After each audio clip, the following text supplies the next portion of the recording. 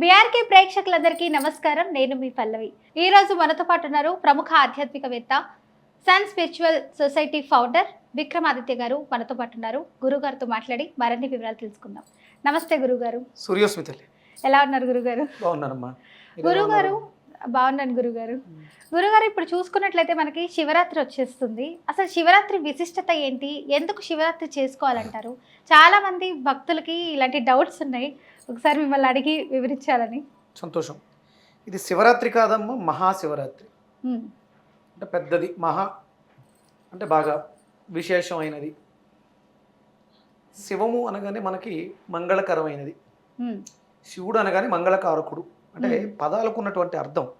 శివుడు అనగానే మనకి జటాజూటధారి, త్రిశూలం, మూడో కన్ను, నాగాభరణం ఇవి వస్తాయి. అవును గురుగారు. ఇది అంటే సృష్టి ప్రారంభం దగ్గర నుంచి కొంతమంది అంటే జన్మ తీసుకున్నటువంటి ఉన్నతమైనటువంటి లక్షణాలు కలిగిన వాళ్ళని ఋషి అంటారు. ఋషి, మహర్షి, ఋషి. వీళ్ళు అంటే ఒక అద్భుతమైనటువంటి తపస్సు లాంటి ప్రక్రియలు చేసి దివ్య దృష్టిని సాధించి ప్రకృతిలో జరుగుతున్నటువంటి పరిస్థితులని అనలైజ్ చేస్తారు. ఇప్పుడు మన భాషలో చెప్పాలంటే సైంటిస్టులు రీసెర్చ్ చేశారు. వాళ్ళు అందులో నిష్ణాతులు. ఇక్కడ ఏముంటుందంటే భౌతికమైనటువంటి జగత్తులో సైంటిస్టులు ఒకటి కనుక్కుంటారు, దాన్ని మళ్ళీ మారుస్తారు. ఇది మేము ఇలా కనుక్కున్నాం, దీనికి ఇది ప్రమాణం అని చెప్తారు. నెక్స్ట్ ఇంకొకటి ఏదో కనుక్కుంటారు, ఈ ప్రమాణానికి ఇది కాదు, అప్పుడు ఇలా అనుకున్నాం, అది కాదు, దీనికి ఇంకొంచెం ఇది ఉందని అడాప్ట్ చేస్తూ ఉంటారు. కానీ ఋషులు, మహర్షులు ఒకసారి ఏదైనా చెప్పారు అంటే అది పర్మనెంట్, ఇంక మళ్ళీ దానికి మార్పులు ఉండవు. అనుమానం లేనిటువంటి ప్రమాణాలతో ఒక విషయాన్ని క్రోడీకరించి చెప్పేస్తారు. శివుడు, శివం అనగానే శివం శవం. శివం అంటే కదిలేది, మంచి చేసేది, మంగళకరమైంది. దాన్ని మనం ఎక్కడైనా ఉంచుతాం. అదే శవం ఒక దగ్గరే ఉంటుంది, ఎక్కువసేపు ఉంచలేము. దాన్ని నిర్మాలిన్యం కింద డిస్మాండిల్ చేయాలి. అంటే ఎలా పంచభౌతికమైనటువంటి ఈ దేహాన్ని మళ్ళీ పంచభూతాల్లోనూ కలిపేస్తే తప్ప దాని యొక్క దుష్ప్రభావాలు, ఒక ప్రాణం కోల్పోయినటువంటి జీవాన్ని దేన్నైనా సరే ఒక పక్క ఉంచితే, ఈ గదిలో ఉంచితే ఎంతసేపు ఉంచగలం? అదే మనిషి అయితే భయం వేస్తుంది ఫస్ట్. అదే ఒక కోడో, మేకో, ఎలకో ఇలాంటివి ఏమైనా జరిగినాయి అనుకో భయం ఉండదు. కానీ ఒక రకమైనటువంటి జుగుత్ స్వభావం ఇలాంటివి వస్తాయి. ఎందుకంటే అది డీకంపోజ్ అవుతూ ఉంటుంది, చెడిపోతూ ఉంటుంది. దానివల్ల ప్రకృతి అంతా పాడవుతుంది. పాడవుతున్నటువంటి ప్రకృతిని తనలో కలుపుకుని మళ్ళీ సృష్టి చేసేవాడే శివుడు. శివ అనేది ఒక పదం, తత్వాన్ని కలిగి ఉంది. ఆ లక్షణాలు కలిగిన వాడిని శివుడు అన్నారు. అంటే సృష్టి స్థితి లయము చేసి మళ్ళీ సృష్టి చేసేవాడే శివుడు అన్నమాట.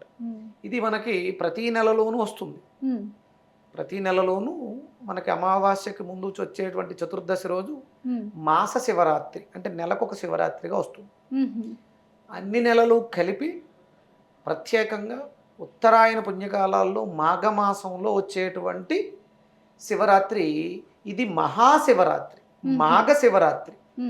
మాఘమాసం అనగానే మనకి అందరికీ అంటే పెద్దగా ఎక్కువ తెలియదు. శివరాత్రి తెలుసు కానీ మాఘమాస విశిష్టత పెద్దగా తెలియదు. మాఘమాసం అంతా కూడా ఆరాధన సూర్య ఆరాధన చేసుకోవాలి. అంటే ప్రతి నెలలో కూడా మనకి మళ్ళీ సూర్య ఆరాధనకి సంక్రమణం వస్తుంది.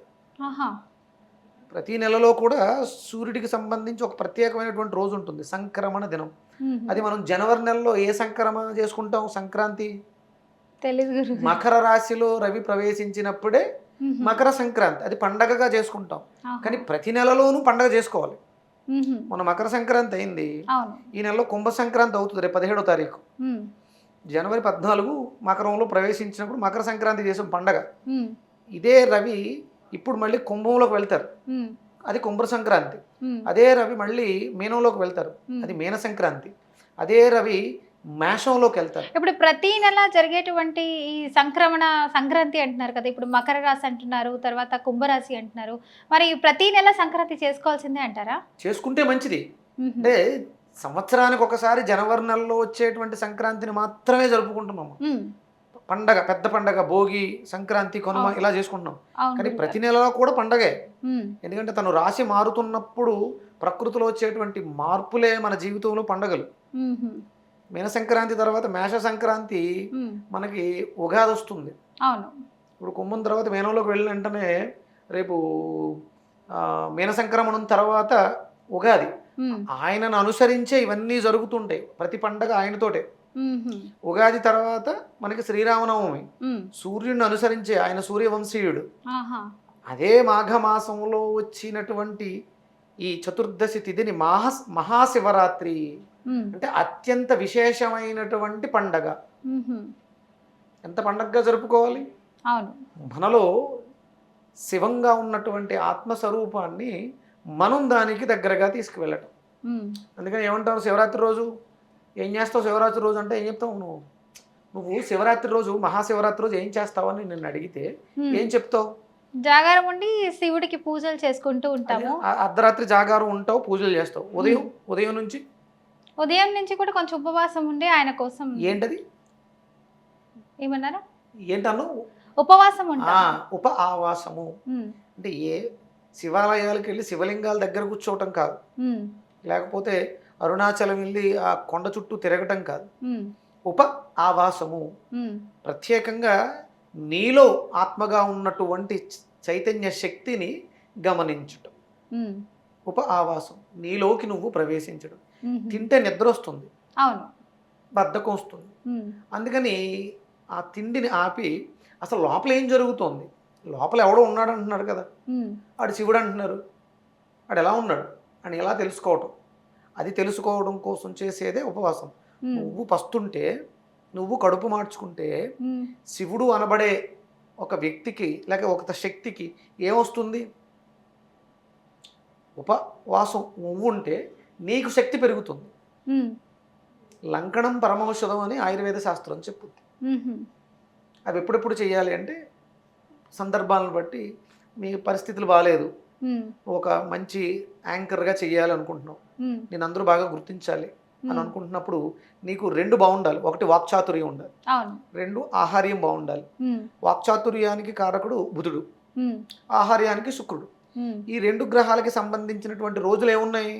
బుధుడికి బుధవారం ఉంది, శుక్రుడికి శుక్రవారం. శుక్రవారం. ఈ 2 రోజులు ఉపవాసం చేస్తే ఉమ్, నీలో ఆ శక్తి పెరుగుద్ది. ఉమ్హు, ఇలా ఇది అందరికీ కూడా సకల చరాచర జగత్తులో ఉన్నటువంటి సమస్త జీవరాశికి ఉమ్, ఆ శక్తిని ప్రసరింపచేసేటువంటి రోజే మాఘమాసంలో వచ్చేటువంటి మహాశివరాత్రి. ఉమ్హు, ఇది చాలా విశేషం.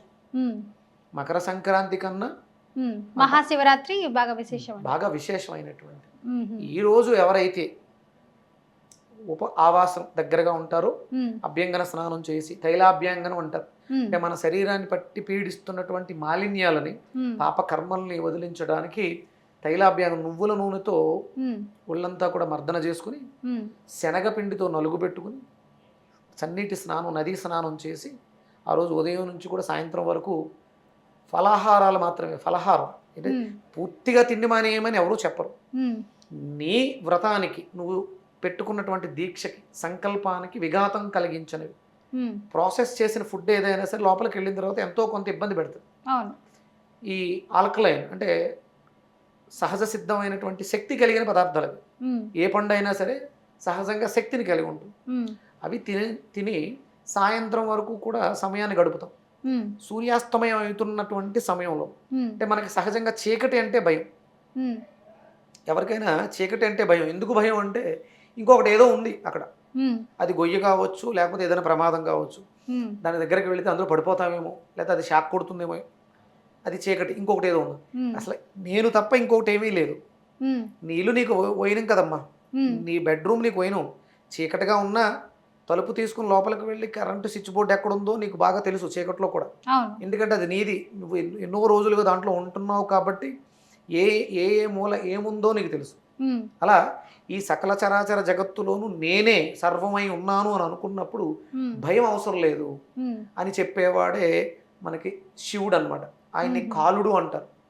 కాళరాత్రి అంటే ఉమ్, అత్యంత చిక్కగా ఉన్నటువంటి చీకటి రాత్రి.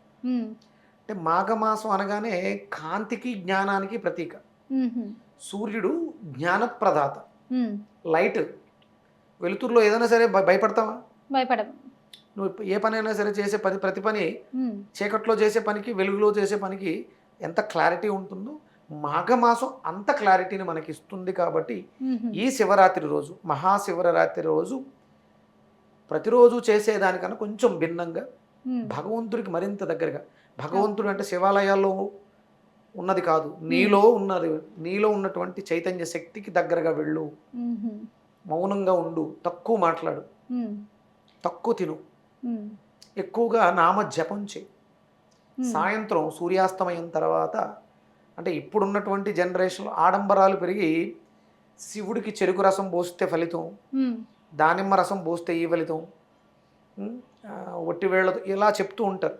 మ్మ్. కానీ అంటే పంచోపచారాలతో చేస్తే సరిపోతుంది ఆయనకి. మ్మ్. ఇవన్నీ నేలపాలు చేయక్కర్లేదు, ఆవు పాలని నేలపాలు చేయక్కర్లేదు. మ్మ్. అభిషేకం కొద్దిగా జలంతో నమక చమక సహితంగా రుద్రాన్ని చేసేసుకుని మ్మ్. హోమం ఏదైనా ఏర్పాటు చేసుకుని, హోమగుండం ఆహా. రుద్రహోమం చేస్తే మ్మ్. ప్రకృతికి ఇది శక్తినిస్తుంది. మ్మ్. ప్రకృతి నుంచి శక్తి వస్తుంది, మ్మ్. అది స్వీకరిస్తూ ప్రకృతికి నువ్వు శక్తినిస్తే మ్మ్. ఒక లీటర్ ఆవు పాలు, ఒక అర కేజీ బెల్లం, ఒక మ్మ్. కేజీ బియ్యం వేస్తే అద్భుతమైనటువంటి పరిమాణం వస్తుంది. అవును. సుమారు ఎంత 2 కేజీల దాకా వస్తుంది. కొంచెం కొంచెం వేస్తూ నమకం చమకం చదువుతూ రుద్రాయ నమః, లేకపోతే సూక్తాలు, చాలా రకాల సూక్తాలు ఉంటాయి, మ్మ్. ఇలాంటి సూక్తాలు చదువుతూ లింగోద్భవ సమయం వరకు కూడా అగ్నికార్యం చేస్తే, రుద్రహోమం చేస్తే మనకి మంచిదవుతుంది, మ్మ్. ప్రకృతికి మంచిదవుతుంది. మ్మ్. ఇప్పటి వరకు మనం లీటర్ల ఆవు పాలు, లీటర్ల ఆవు పెరుగు, ఇక పంచదారని, అంటే ఆయనకి ఎలాగో విభూది ఇష్టం, మ్మ్. దానివల్ల వచ్చే పెద్ద నష్టం ఏం లేదు. మనకి ఆయన అభిషేకం చేయటానికి ఇవి వాడుకుని, అంటే ప్రత్యేకమైనటువంటి పదార్థాలు. పాలు పిల్లలకి ఇస్తే ఆకలి తీరుస్తుంది, అవును. పెరుగు ఎవరికైనా ఇస్తే దాహార్తిని తీరుస్తుంది, మ్మ్. అలాగే పళ్ళ రసాలను ఇచ్చినా వాళ్ళకి ఆరోగ్యం చేకూరుతుంది. మ్మ్. వాటిని నీళ్ళపాలు చేయకుండా మ్మ్. ఆయనకి శుద్ధ జలం అంటే ఇష్టం. మ్మ్. వట్టి వేళ్ళని నానబెట్టినటువంటి జలంతో అభిషేకం చేయడం అన్నా ఇష్టమే. మ్మ్. అలాగే మారేడు దళాలతో మ్మ్. అభిషేకం అర్చన చేయడం అన్నా ఇష్టమే. మ్మ్. ఇవి చేస్తూ ఈ ప్రత్యేకమైన పదార్థాలని ఆకలితో అడమతిస్తున్న వాళ్ళకి ఇచ్చి మ్మ్. ఆ రోజు రుద్రహోమం చేస్తే, మ్మ్. పరమాన్నంతో హోమం చేస్తే మనము బాగుంటాం, యావత్ ప్రపంచము కూడా బాగుంటుంది. చాలా చక్కగా చెప్పారు గురుగారు, ధన్యవాదాలు. సూర్యోస్మితల్లి.